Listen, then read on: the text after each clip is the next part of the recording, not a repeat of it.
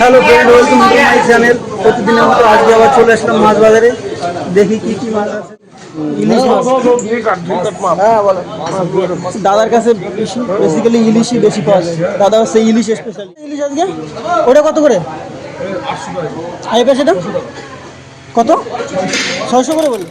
আজকে মাছ বাজার একটু কমই মনে হচ্ছে, যদিও কাকুর কাছেও কিছু মাছ আছে কিন্তু একটু কমই মনে হচ্ছে। ও পুঁটি কত? জাপানি কত? জাপানি 15 টাকা করে। ঠিক আছে, দেখছি, দাঁড়াও বন্ধুরা, সাথে থাকো, ভিডিওটা শেষ পর্যন্ত দেখতে থাকো। দেখি কি কি মাছ পাওয়া যায়, পুরোটা আজকে তোমাদের দেখাবো। এই দাদার কাছে তো জ্যান্ত মাছ পাওয়া যায়, তোমরা জানোই। ইলিশও আছে আজকে, সব মাছই কম বেশি পাওয়া যায়। ওই পাবদা কত করে আজকে দাদা? তো ছোট পাবদা 300 টাকা করে আজকে। তাই বলে 300 করে নেবা, একটু কম করে নাও। দাম কমে যায়, কম করে নাও।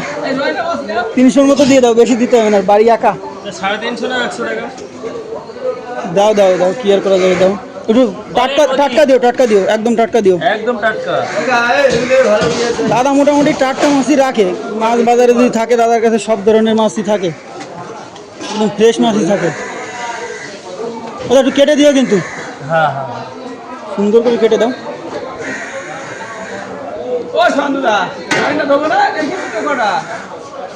কত সাদা কেন মাছগুলো? বরফের নাকি? বরফে আসে না। কোন জায়গায় মাছ দেয় এগুলো? বাংলাদেশ। বাংলাদেশি মাছ আমাদের এদিকে পাওয়া যায় না। এখানে পাবদা ভালো, কিন্তু গন্ধ হয়। তাই বন্ধুরা দেখতে পাচ্ছ, এগুলো সব বাংলাদেশের কাটো। দাদা একটু রসগোল্লা পিস তো হবে না, গোটা পিস।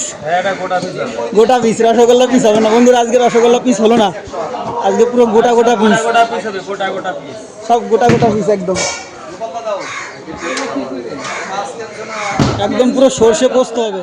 টাটকা আছে মনে হচ্ছে, একদম টাটকা মাছ, আজকানা মাছ।